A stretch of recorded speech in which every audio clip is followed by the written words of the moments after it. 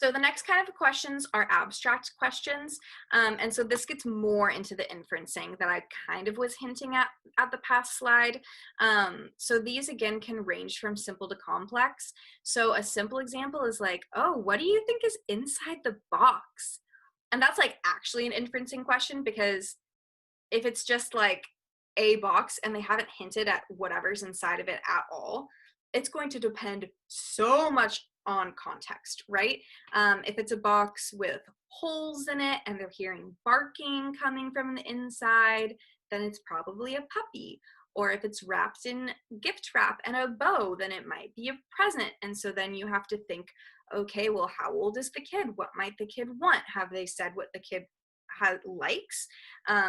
Maybe the kid was playing soccer at the beginning of the story and they really wanted a new soccer ball, and now it's his birthday.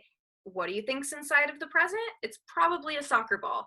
And so walking the kids through that kind of thinking pattern of like, how can you make an educated guess is important, because it makes sure that they're really paying attention to the story, they're drawing from their background knowledge, and if they don't have the background knowledge, then their peers can help give them their background knowledge, because that's going to serve them in the future as they're growing older, because now they need that experience in order to make those inferences. Another really great abstract question that I like to do a lot is, what do you think is going to happen next? And I usually will ask this at the climax of the story. So if you're getting towards like, mother, where are you? And he's looking and he's looking and he's looking, maybe at the beginning you'll ask one time, what do you think is going to happen next? And the kid, or are you my mother? I meant, sorry, I'm really tired today, you can't tell. And so if the kid is like, oh, are you my mother? And for the past 3 examples, it's always been like a tractor. And so the answer is no. So you could say like, oh, what do you think is going to happen next? And the kid could be like, well, I don't think it's going to be his mom again. And you could flip the page and be like, oh yeah, it's not his mom again. But then later in the book, you start getting hints that the mom's there because you see her in the background. And so maybe you could say, what do you think is going to happen next? And see if the kid can spot those clues to be able to make the guess of, oh, like, I think it's going to be his mom this time.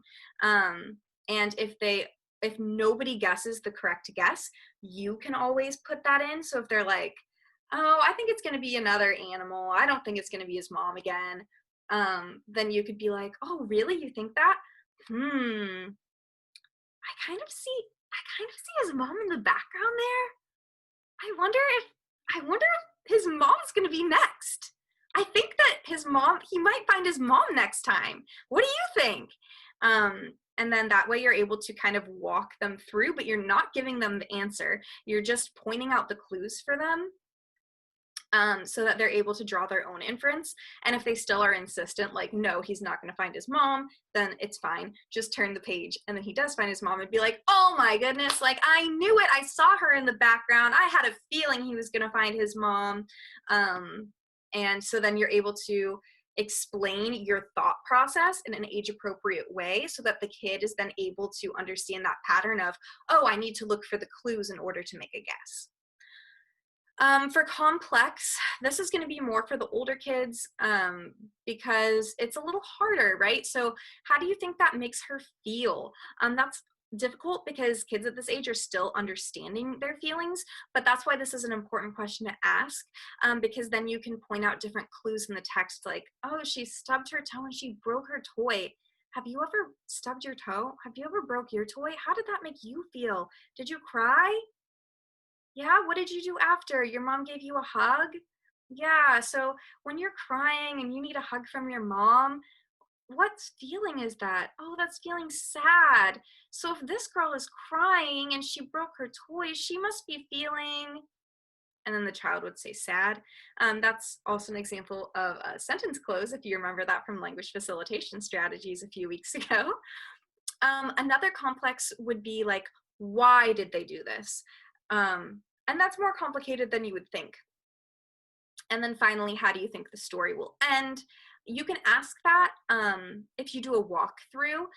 I'm not sure if we've talked about this yet, but sometimes it's really impactful at the beginning before you even read to just do like a quick walkthrough of the book to show the pictures so they can kind of get a feel for it and understand who the characters are and kind of what the main idea is. I don't know why I'm like turning an imaginary page, but sometimes it's a good idea to walk through most of the book and not the end, and then be like, after you've read up to that point, be like, how do you think the story is going to end? Because now they're pretty familiar with the story. They've seen the walkthrough. They've heard you read up to the end. And now they have to make a guess on how they think it's going to end. With more advanced kids, you could even just tell them the main idea and ask what they think is going to happen before you even read it. So if it's a story about a leprechaun and you're like talking about leprechauns all day and you say, okay, today we're talking about leprechauns. Leprechauns are sneaky little creatures, and people try to catch them in traps, but usually they don't get caught in the trap and they leave a bunch of jokes behind. And so maybe you kind of walk them through the story of like the kids trying to set up the trap to catch the leprechaun. And then before you even read the story, be like, okay, guys, before we read, like, what do you think is going to happen in the story, right? So the kids are going to set up the traps. Do you think they're going to catch the leprechaun, or do you think they're not going to catch the leprechaun? And they're going to have to make a guess based off of all of the information you've given them before you read the book, like in the morning session. And then be like, okay, probably like everyone says you never catch a leprechaun. The kids are trying to catch a leprechaun, but leprechauns are really sneaky. I don't think the kids are going to catch the leprechaun.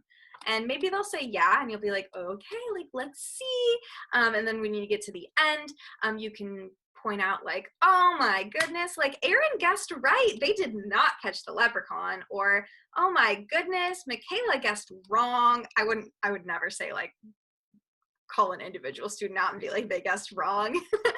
But I would point out like, oh my goodness, remember like these few students thought they were going to catch the leprechaun, but they didn't. What happened? And then you can ask that directly to the students who made the incorrect guess, and be like, Michaela, what do you think happened? Why didn't they catch it? So then she has to walk through, well, leprechauns are really sneaky and nobody ever catches them. Because then that really drills the background knowledge into them, and they learn from their mistakes, and they're able to understand in the future what might happen in that scenario. But again, we don't want to like actually make them feel bad about it. It's more of like a joking, like, oh, like Aaron guessed that they would not catch it, and you guessed that they would, and they didn't catch it. Aaron was right. Like, what do you think happened, Michaela? Because then it's like a joke and the kids are laughing and they think it's funny because it was just a game, really. So it's turning reading into an activity for learning and fun. Again, abstract questions are great for checking how much the child is understanding. And here, I just was talking on the last slide about how a child answered wrong. But when you're talking to the child, no answer is wrong when they're making a guess, especially when you're like, what do you think is going to happen next? If they all of a sudden are like, oh, it's going to pull out an umbrella and fly away like Mary Poppins. Obviously, that's not the right answer. Not a very good guess either.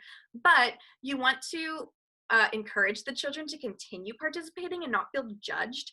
And so I like to say like, oh, you think it's going to fly away like Mary Poppins?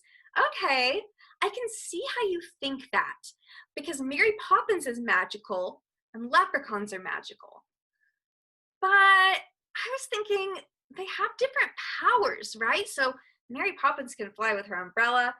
I don't think that leprechauns can fly. I think they're just really sneaky. You know, I was thinking maybe he's just going to run really fast away from the trap, right? And so you're correcting the child, but in a really gentle way, and you're validating their answer. And again, it's always going to be like joking and kind. It's never going to be like, no. And you never want to just like ignore if the child says something wrong. You could be like, oh, okay, and then move on to somebody else. Never just ignore it. Like always call them out and be like, okay, like I see why you think that, but let me walk you through my reasoning. And the reason behind that is because if you don't correct the child, they're not going to know it's wrong. And even when you're saying like, oh, I can understand why you think that, but even though you're not saying you're wrong, the child understands like, oh, okay, like my thinking was okay, but my answer wasn't okay. And this is how I should answer in the future. These I said to sandwich between reflection and comprehension questions so you don't overwhelm the child. These are one of the hardest questions to answer, especially for a preschool age child. So don't have a ton of these in this text, and try to sandwich it between easier questions, especially the simple comprehension questions, so that the child is not feeling like they're being tested or quizzed.